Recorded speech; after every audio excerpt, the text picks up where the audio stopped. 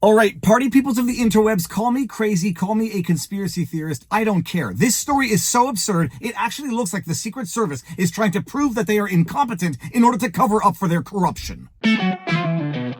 Viva Frei, former Montreal litigator turned current Florida rumbler, and just when you thought the Secret Service could not be any more incompetent, that they could not flag to the world their utter incompetence, a story like this breaks. Now, for those of you who might have been living under a rock for the last month, the Secret Service has sort of been under the limelight, the spotlight, as a result of their grotesque, negligent incompetence that led to a man being murdered, Corey Camperatore, 2 other Americans being grievously wounded, and the former president of these United States of America, Donald John Trump, nearly being assassinated live on television in HD for the world to see, but for the grace of God, he turned his head and we spared cataclysmic disaster at a global level. But the Secret Service has kind of been under the spotlight as to how could that have happened? How could they have left that roof at 140 yards, unsupervised, unmanned, where a kid, allegedly a 20-year-old kid, managed to climb on top of the roof after having been flagged as a suspect? You all know the story. It's absurd. It's fractal wrongness. In order to believe the story that they are selling us, we would need to believe in layer after layer of incompetence. It just doesn't happen. As I said, it's sort of like that movie Minority Report where you had an orgy of evidence and the guy says, you know how often I see an orgy of evidence? Never. In order to believe what the Secret Service is trying to get us to believe, we would have to believe that there was an orgy of incompetence, and you just don't see orgies of incompetence at that level. It can only be the result of deliberate negligence, or also known as let it happen or made it happen. But I think the Secret Service right now is trying to convince the world, no, we're not that corrupt that we would let it happen on purpose, that we would allow or facilitate the on-air, live, HD broadcast to the world execution of Donald John Trump. We are actually that incompetent, and I sincerely believe that is what is leading to this story today. A Secret Service agent, barely 1 month after the failed assassination attempt on Donald Trump, abandoning her post or leaving her post to go breastfeed her child at a rally in, where was it now? Michigan? From Newsweek, Secret Service investigating report agent left Trump event to breastfeed. But before we get into the Newsweek article, credit where credit is due, because the Newsweek article is based on breaking news coming from Susan Crabtree. Crabtree tweeted this out. You will not believe it. You will not believe it. Susan Crabtree at Susan Crabtree. Exclusive and breaking during a Donald Trump visit to North Carolina yesterday. North Carolina. It was North Carolina, not Michigan. Now back to the absurdity that they are expecting us to believe. During a Donald Trump visit to North Carolina yesterday, a woman Secret Service special agent abandoned her post to breastfeed with no permission / warning to the event site agent, according to 3 sources in the Secret Service community. Now, before I go on a tear, I'm just going to read through the tweet. It's so patently, preposterously absurd. It's beyond belief, actually. It's so beyond belief, I sincerely think the Secret Service is trying a little bit too hard now to convince the world that they are actually that incompetent to cover up for their corruption. Back to the tweet. Shortly before Trump's motorcade arrival, I'm told 5 minutes beforehand, the site agent was getting ready for the arrival. The site agent is the person in charge of the entire event security. The site agent went to do one final sweep of the walking route and found the agent breastfeeding her child in a room that is supposed to be set aside for important Secret Service official work, i.e. a potential emergency related to the president. A working agent on duty cannot bring a child to a protective assignment. The woman was out of the Atlanta field office. The woman agent was in the room with 2 other family members. The agent and her family members bypassed the uniform division checkpoint and were escorted by an unpinned event staff into the room to breastfeed, the sources said. Unpinned means they have not been cleared by the Secret Service to be there. When contacted about the incident, Secret Service spokesman Anthony Guglielmi said the incident did not have an impact on the event and it's under review. Quote, all employees of the U.S. Secret Service are held to the highest standards, end quote, he said. Quote, while there was no impact to the North Carolina event, the specifics of this incident are being examined. Given this is a personnel matter, we are not in a position to comment further, end quote. Holy hell, where do we begin with the absurdity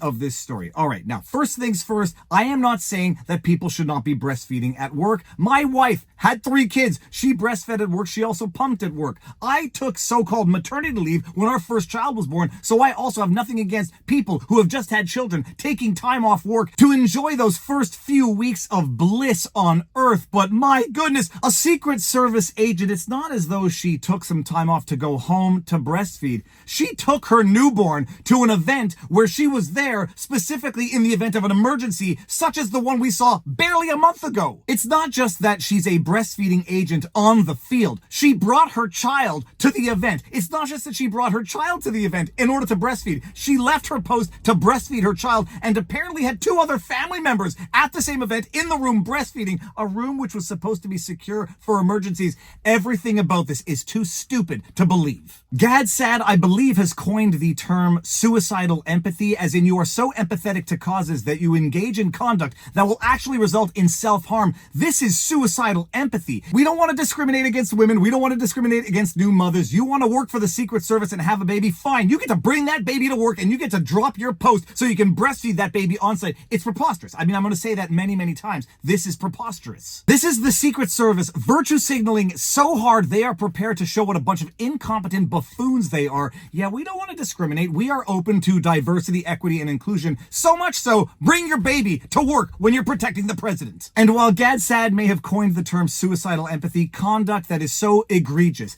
empathy that is so over the top it actually results in either self-harm or the risk of self-harm, I'm actually thinking this is closer to homicidal empathy. Because if you bring your newborn to an event where there might very well be an emergency, an assassination attempt on the president, who knows what could possibly happen, you are exposing that child to risk because of your own grotesque virtue signaling policies. Now back to that Newsweek article, because I think there might be some details that I might not have mentioned, but you get the idea. This is preposterous. The Secret Service is investigating a report that says an agent left her post at a Trump event to breastfeed. In a statement shared with Newsweek on Thursday, Secret Service's Chief of Communications, Anthony Guglielmi, said, quote, we got all this already. Later on in the article, the incident is the latest in a string of controversies that have surrounded the Secret Service in the wake of last month's attempted assassination against Donald Trump, the Republican nominee for president, at a rally in Butler, Pennsylvania. The agency has been under scrutiny since security lapses allowed the sniper to get close enough to fire at Trump. Multiple investigations have been launched into the shooting, and the agency's director, Kimberly Cheadle, has since stepped down from her position. So you have the Butler incident, now you have the North Carolina breastfeeding incident, but there might have been one that some of you might have missed because I missed it and I pay attention to the news. It also comes days after the Secret Service responded to concerns about other federal agents being given Secret Service patches at 2024 campaign events.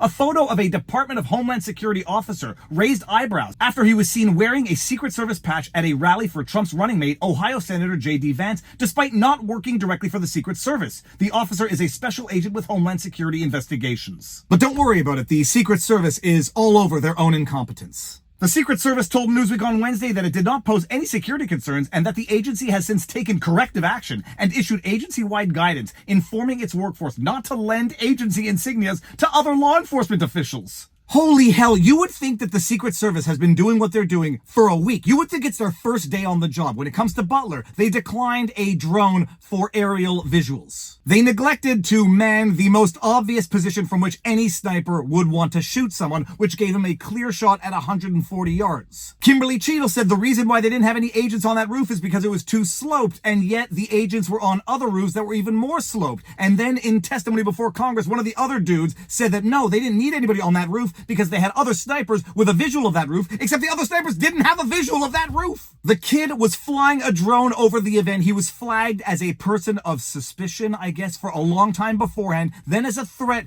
it doesn't matter. We don't need to go over all of that. Then you got Secret Service lending their insignias to people who are not Secret Service. And then you've got the breastfeeding Secret Service agent abandoning her post to go feed her baby at an event where they were there to protect Donald Trump. I'm telling you, this is so beyond what is reasonable, what is even believable. I do not believe this. It is actually unbelievable. And I think that what the Secret Service is trying to do here is deliberately manufacture these events that would lead people to believe, yeah, they are just that incompetent in order to actually cover up for their actual corruption, because nobody is this incompetent. The fact that you have a string of events in the month after the failed assassination on Donald Trump, which resulted from grotesque, made it happen on purpose incompetence as far as I'm concerned, it can't be an accident. And I genuinely think this is sort of like a decoy. Look at us. We are actually that incompetent. Surely the assassination attempt on Donald Trump could not have resulted from any corruption because we're not even competent enough to have that level of corruption. Or maybe this is just a fake news story and in a day or two, Secret Service is going to come out and say, oh, none of that ever actually happened. And anybody who repeated that story is repeating falsehoods. Susan Crabtree, she has been absolutely reliable. So I don't think this story is going to turn out to be outright false. I just think what I think. I've told you what I think, but at least now you know that's your good laugh for the day. And my goodness, it's not funny, but if you like what I do, you know what to do. Like, share, subscribe, hit the notification bell. Make sure that when I put up a video, you get notified. You go in there and drop a comment. Give a thumbs up, give a thumbs down. Share my stuff with someone who you think would like it. Share it with someone who you think would not like it. If you want to support the channel, vivabarneslaw.locals.com. $10 a month, $100 a year if you get the year at one shot. You don't even have to support. You can become a member. It's a wonderful place with a wonderful above average community, but more important than anything, exercise, eat healthy, sunlight, talk to people in real life, and now you know your vlog. Peace out, peeps.